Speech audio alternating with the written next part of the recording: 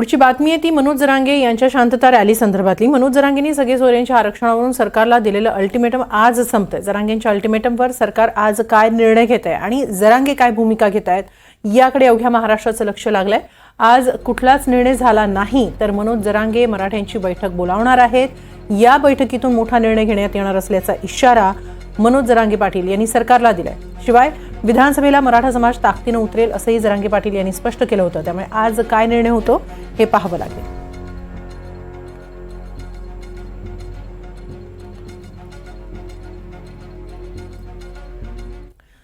दरम्यान मनोज जरांगे पाटील यांच्याकडून आज मराठवाड्यामध्ये शांतता रॅली काढण्यात येते। हिंगोलीपासून सुरू झालेल्या या शांतता रॅलीचा आज संभाजीनगरमध्ये समारोप होतोय।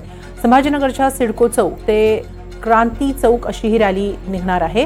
त्यानंतर क्रांती चौकातच जरांगे पाटील यांची जाहीर सभा होणार आहे। जरांगे यांच्या या शांतता रॅलीला मोठ्या प्रमाणात गर्दी होण्याची शक्यता आहे। त्यामुळे संभाजीनगर शहरातील शाळा बंद ठेवण्याचा निर्णय प्रशासनाने घेतलाय।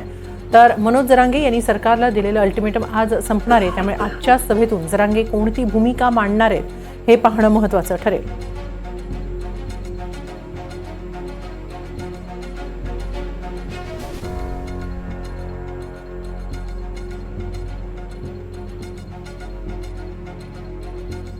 जरांगे पाटील यांच्या शांतता रॅलीचा आज समारोप होतोय तो छत्रपती संभाजीनगर शहरामध्ये आणि त्यानिमित्तानं तयारी करण्यात आलेली आहे।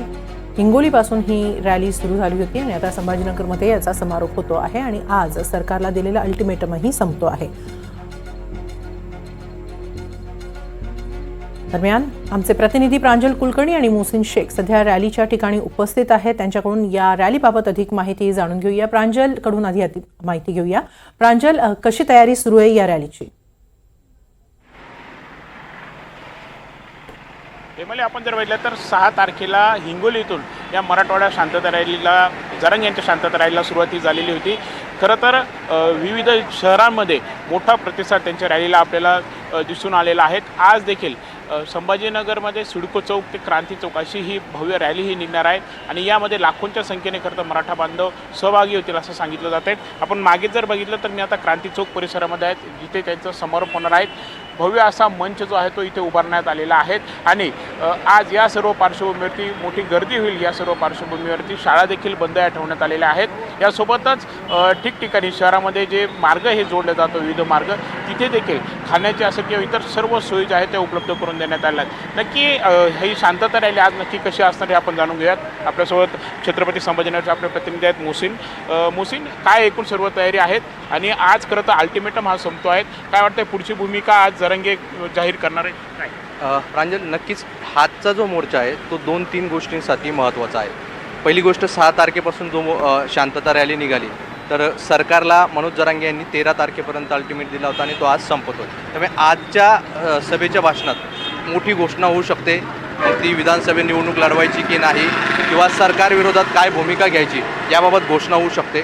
दुसरं म्हणजे ज्या ठिकाणी आज या सभेचं आयोजन करण्यात आलं आहे हा जो क्रांती चौक आहे, याच क्रांती चौकातून पहिल्या मराठा आंदोलनाची ठेंगी पडली होती। जो क्रांती मोर्चे जे महाराष्ट्रभर निघाले होते त्याचा पहिला मोर्चा या ठिकाणी निघाला। त्यामुळे आज या ठिकाणी याच ठिकाणी हा मोर्चा होतोय। त्यामुळे आज जे आहे तर मनोज जरांगे जे तर नेमकी काय भूमिका घेतात आणि त्यांच्याकडून काय घोषणा केली जाणार हे अत्यंत महत्त्वाचं असणार आहे विधानसभा निवडणुकीच्या पार्श्वभूमीवर। कारण आता आगामी काळात विधानसभा निवडणूक आहे आणि असं असताना आज जरांगे नेमकी काय भूमिका घेतात आणि त्यांनी जर राजकीय भूमिका घेतली तर याचे पडसाद नक्कीच विधानसभा निवडणुकीत पाहायला मिळणार। त्यामुळे आज जी सभा होते आणि आज मनोज जरांगे यांची भूमिका ही अत्यंत महत्त्वाची असणार आहे। एकूण मार्ग कसा आहे, किती किलोमीटरचा मार्ग आहे, पोलिसांकडून कशी खबरदारी सुरू आहे? या रॅलीची सुरुवात सिडको चौकातून क्रांती चौकापर्यंत होणार आहे। म्हणजेच 4 ते 4.5 किलोमीटरची ही रॅली असणार आहे आणि यासाठी चौकात जरांगे पाटील यांचं स्वागत करण्यासाठी JCP असतील किंवा वेगवेगळ्या समाजाचे लोक असतील हे देखील असणार आहे। 1 वाजता साधारण या सभेला या रॅलीला सुरुवात होईल आणि त्यानंतर ही रॅली क्रांती चौकाकडे निघेल। यासाठी किमान 2 ते 3 तास लागू शकतात, त्यापेक्षा जास्तही लागू शकतात। मात्र या सगळ्या पार्श्वभूमीवर आज शहरातील सगळी शाळा बंद ठेवण्यात आले, कॉलेज बंद ठेवण्यात आलेले आहे। तब्बल 3000 पोलीस या सगळ्या मार्गावर तैनात असणार आहे। वाहतुकीची खोळंबा नक्कीच या ठिकाणी होणार आहे कारण हा शहराचा मुख्य मार्ग आहे आणि या मुख्य मार्ग आज सकाळी 9 वाजेपासून सभा संपेपर्यंत बंद असणार आहे। त्यामुळे याचे परिणाम नक्कीच सर्वसामान्य लोकांना देखील जाणवणार आहे. हेमाले आपण बघत आहोत. खरं तर आज अशा प्रकारे सरकारला दिलेला अल्टिमेटम हा संपणार आहे. त्यामुळे जरांगे पाटील आता पुढची नक्की काय भूमिका हे मांडतायत याकडे खरं तर सर्वांचं लक्ष लागलं आहे. हेमाले, नक्कीच धन्यवाद प्रांजल या संपूर्ण माहितीबद्दल.